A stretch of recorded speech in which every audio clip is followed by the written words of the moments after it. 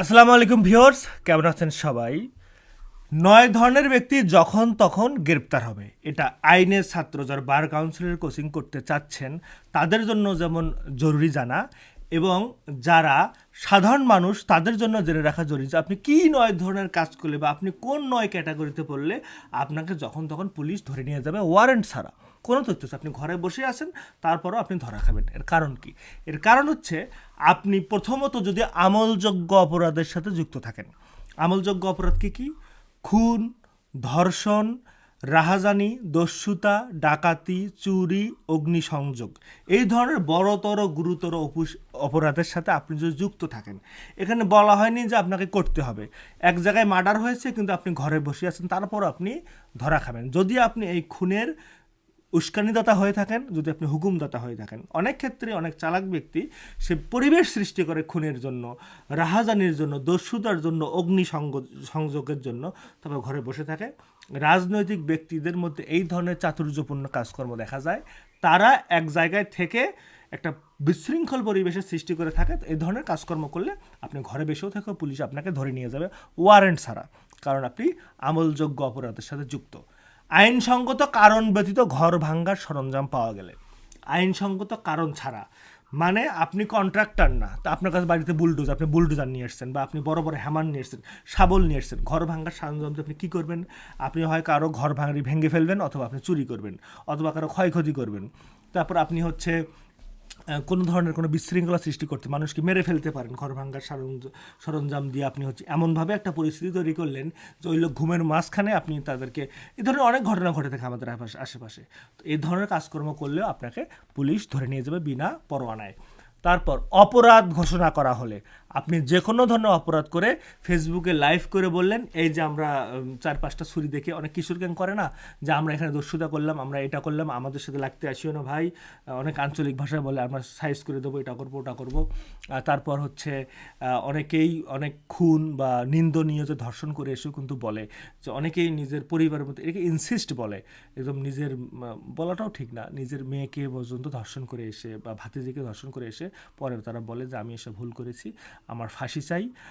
তো বা অনেকে মাদ্রাসার শিক্ষক হয়ে কয়েকদিন আগে একটা জিনিস দেখলাম আমরা, যে 8 বছরের শিশুকে তার স্টুডেন্টকে সে ধর্ষণ করেছে। তো এই ধরনের কাজকর্ম করে অনেকে কিন্তু স্বীকার করে, স্বীকারোক্তি দেয়, থানায় যায় বা গিয়ে বলে যে আমি ধর্ষণ করেছি, আমাকে ধরেন।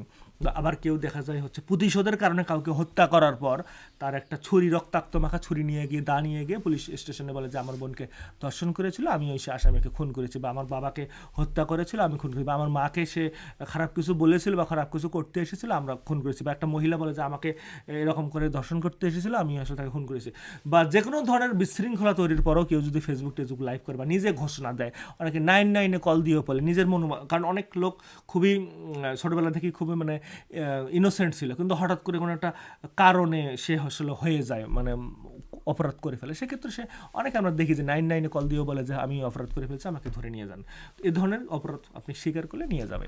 চোরাই মাল পাওয়া গেলে, তো আপনি গার্মেন্টসে চাকরি করেন, তো আপনার বাসায় এতগুলো গার্মেন্টসের প্যান্ট, এতগুলো দামি গেঞ্জি, এতগুলো দামি কাপড়, আপনার গার্মেন্টসে চাকরি করেন, গার্মেন্টসের যে মেশিন তার দামি কিছু লিকুইড আপনার কাছে, দামি কিছু পার্টস আপনার কাছে। আপনি একটা অফিসে চাকরি করেন, তার দামি একটা জিনিস কম্পিউটার বা আপনি সিপিইউ বাসায় নিয়ে আসছেন, মডেম নিয়ে আসছেন চুরি করে, লোভ সামলাতে না পারে এই মাউথ পিসটা নিয়ে আসছেন আমার অফিসে যিনি চাকরি করেন। এই ধরনের ঘটনা যদি আপনি ঘটান, তো সেক্ষেত্রে আপনাকে চোরাই মাল পাওয়া গেলে পুলিশ বিনা পরোয়ানায় নিয়ে যাবে।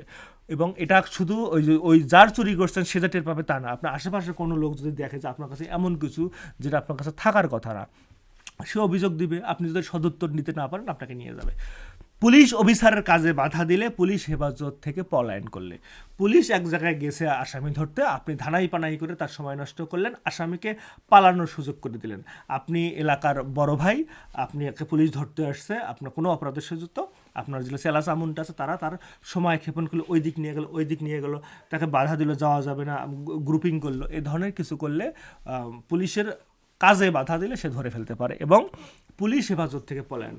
আপনারা অনেক সময় দেখবেন যে পুলিশ মাঝখানে মোটরসাইকেল চালায়, সামনে পুলিশ থাকে, পিছনে পুলিশ থাকে, মাঝখানে আসামি নেয়। তো মাঝখানে মোটরসাইকেল থেকে যখন একটু স্লো করে, যখন ভিড় হয়, জ্যাম হয়, আসামি ওখান থেকে লাফ দিয়ে পালিয়ে যায়, বা বেঞ্চের মধ্যে রেখে রাখছে, পুলিশ অফিসার চা খেতে গেছে, বেঞ্চ থেকে পালিয়ে গেছে, থানা থেকেও পালিয়ে যায়। কারণ এই পুলিশ অফিসারদের ট্রেনিংও ঠিক মতো নাই, এরা কনসাস না, এদের বন্দুক ছিনিয়ে নিয়ে এদেরকে গুলি করাও 2 সেকেন্ডের ব্যাপার। এরা তো খুব মানে আর্মি বা সেনাবাহিনীর মতো না, এদের তেমন কোনো নিয়মিত কোনো ট্রেনিং হয় না, এদের কোনো সফট স্কিল ডেভেলপমেন্ট নাই, এদের কোনো কিছুই নাই। এরা যে কোনো সময় এদের কোমর থেকে একজন খুব ট্রেনিং প্রাপ্ত যারা লোকজন, যারা অ্যাকশন সিনেমা করেন, তারাও চাইলে ওর কোমর থেকে রিভলভার নিয়ে ওকে ধরে ফেলতে পারে।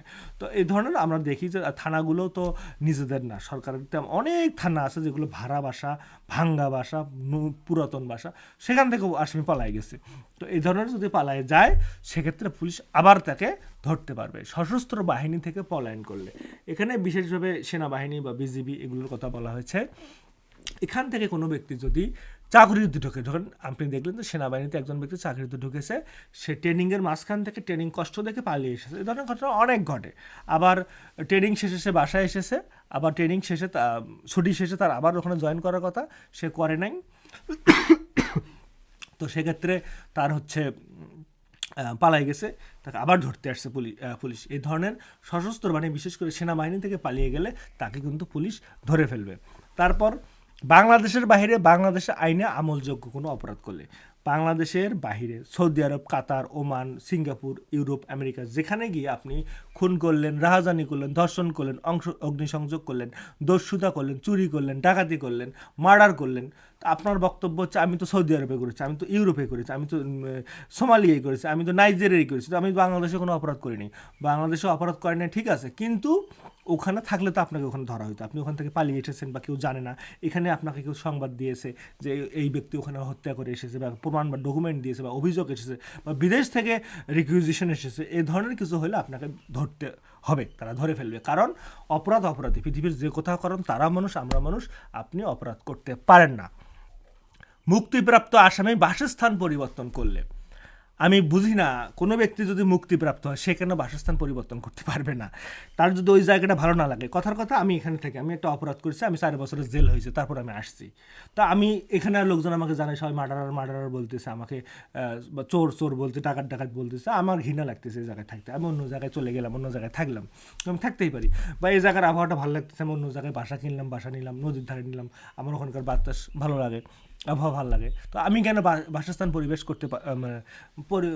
পরিবর্তন করতে পারবো না? আমার এটা থাকা উচিত সুযোগ। তো এটা পরিবর্তন করলেই নাকি পুলিশ আবার আমাকে ধরবে। আবার এখানে কথা আছে, যদি লেখা থাকতো যে শুধুমাত্র প্যারোলে বা জামিনি মুক্তিপ্রাপ্ত, যে না জামিন দেওয়া হয়েছে, আবার তাকে শুনানি করার জন্য ডাকা হইতে পারে, বা প্যারোলে দেওয়া হয়েছে কিছু সময়ের জন্য, তাকে আবার হচ্ছে ডাকা হইতে পারে, সেক্ষেত্রে তাকে বলা যেতে পারে তুমি বাসস্থান পরিবর্তন করিও না, তুমি হচ্ছে এখানেই থাকো, আমাদের আইসোলেশনের মধ্যে থাকো, যখন তখন তোমাকে আমরা কল করব। তো এখন আমি যদি কোনো কারণে আমার সাজা শেষ, আমি মুক্তিপ্রাপ্ত হয়েছি, আমি কেন জায়গা চেঞ্জ করতে পারবো না? জায়গা চেঞ্জ করলে আবার ধরে নিয়ে যাবে, এর উত্তর আমি জানি না। কাউকে গ্রেপ্তারের জন্য অনুরোধ আসলে অন্য কোনো পুলিশ অফিসার বা থানার নিকট থেকে, আপনি এক জায়গায় বসবাস করতেছেন, কিন্তু অন্য কোনো জায়গা থেকে কোনো পুলিশ অফিসার বা কোনো থানা থেকে এখানকার থানায় বা পুলিশ অফিসারের কাছে বলা হয়েছে ওই ব্যক্তিকে ধরে আমাদের কাছে সোপর্দ করুন, এই ধরনের কোনো অনুরোধ আসলে তারা আপনাকে ধরে, হয়তো আপনি কোনো আমলযোগ্য অপরাধ করেছেন বা কোনো কিছু, বা কোনো একটা চাহিদা আছে ওখান থেকে, তো এই ধরনের কোনো কিছু হলে আপনাকে এখান থেকে ধরে আবার ওখানে পাঠানো হবে। তো এই ধরনের কোনো কাজকর্ম করলে আপনি ধরা খাবেন। তো এটাই আর কি, যারা বার কাউন্সিলে কোচিং করতে চান এবং আইনি জটিল বিষয়ে কোনো সমস্যার সমাধানের জন্য ডিসক্রিপশন বক্সের হোয়াটসঅ্যাপ নাম্বারে মেসেজ করবেন, আমরা যোগাযোগ করার চেষ্টা করবো। আল্লাহ হাফেজ।